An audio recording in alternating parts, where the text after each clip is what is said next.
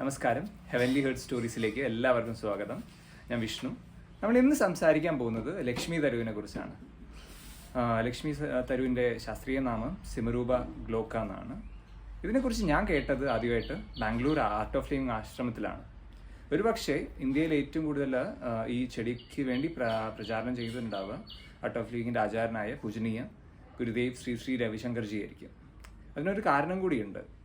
കാരണം ഇന്ന് നമ്മൾ ട്രാവൽ ചെയ്യുന്ന സമയത്ത് ഏറ്റവും കൂടുതൽ കണ്ടൊരു പ്രശ്നം പൊതുവേ കണ്ടത് എന്ന് വെച്ചിട്ടുണ്ടെങ്കിൽ ഈ കൊടും ചൂടിൽ നമ്മുടെ പല സ്ഥലത്തും കുടിവെള്ളത്തിന് ഭയങ്കര അധികം ക്ഷാമം അനുഭവിക്കുന്നുണ്ട്.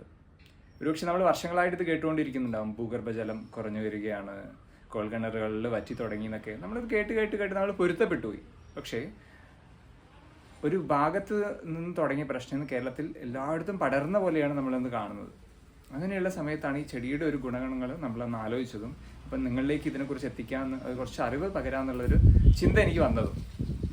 ഈ ചെടി കണ്ടുവന്നത് ശരിക്കും കരീബിയൻ, അതുപോലെ തന്നെ സൗത്ത് ആഫ്രിക്കൻ, അതുപോലെ തന്നെ മയാമി US ഏരിയയിലാണ്. ഇതിൻ്റെ ഒരു പ്രത്യേകത എന്താണെന്ന് വെച്ച് കഴിഞ്ഞിട്ടുണ്ടെങ്കിൽ ഈ ചെടി വെള്ളത്തിനെ പിടിച്ചു നിർത്താൻ അണ്ടർ വാട്ടർ ഗ്രൗണ്ട് ലെവലിലുള്ള വാട്ടർ ലെവലിനെ മെയിൻറ്റെയിൻ ചെയ്യാൻ വളരെയധികം സഹായിക്കും. അതുപോലെ തന്നെ ഇതിൻ്റെ റൂട്ട് സിസ്റ്റം വളരെ വൈഡാണ്.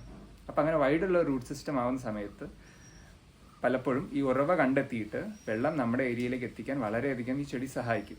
അതുപോലെ തന്നെ പല മെഡിസിനൽ പ്രോപ്പർട്ടീസും ഈ ചെടിക്ക് ഉണ്ടെന്നുള്ളതാണ് ഒരു സത്യം. കാരണം ക്യാൻസറും അതുപോലെ തന്നെ അസിഡിറ്റി, അൾസർ, അങ്ങനെ പല അസുഖങ്ങൾക്കുള്ളൊരു മരുന്ന് കൂടിയാണിത്. ഇതിൻ്റെ ഉണക്കിയ ഇതിൻ്റെ ഇലകൾ, അതുപോലെ തന്നെ ബാർക്ക്, ഇതൊക്കെ വളരെയധികം മെഡിസിനൽ പ്രോപ്പർട്ടീസ് ഉള്ളതാണ്.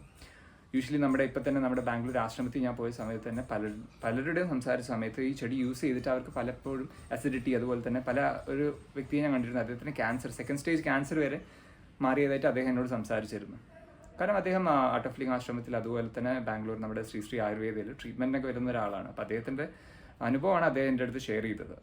ഈ ചെടിയുടെ യൂഷ്വലി അസിഡിറ്റിക്കൊക്കെ ചെയ്യുന്നത് എന്താണെന്ന് വെച്ചിട്ടുണ്ടെങ്കിൽ ചെടിയുടെ ഉണക്കിയ ഇല, അതുപോലെ ബാർക്ക് ഏകദേശം ഒരു 200 ml വെള്ളത്തിലിട്ട് തിളപ്പിച്ച് അത് കുറുക്കിയെടുക്കും. അത് രാത്രി നമ്മൾ 10 മിനിറ്റ് കുറുക്കിയ ശേഷം അടച്ച് മൂടി വെച്ചിട്ട് രാവിലെ വെറും വയറ്റിൽ അത് സിപ്പ് ചെയ്തിട്ട് എംറ്റി സ്റ്റൊമക്കിൽ നമ്മൾ കൺസ്യൂം ചെയ്യും. അങ്ങനെ ചെയ്ത് കഴിഞ്ഞിട്ടുണ്ടെങ്കിൽ ഏകദേശം 41 days ഒക്കെ ചെയ്ത് കഴിഞ്ഞ് 90 days ഒക്കെ ആവുന്ന സമയത്ത് തന്നെ വളരെയധികം മാറ്റം, കംപ്ലീറ്റ് ആയിട്ട് മെഡിസിൻസ് യൂസ് ചെയ്യാതെ തന്നെ കംപ്ലീറ്റ് ആയിട്ട് മാറുന്ന അനുഭവം പലരും ഷെയർ ചെയ്തു.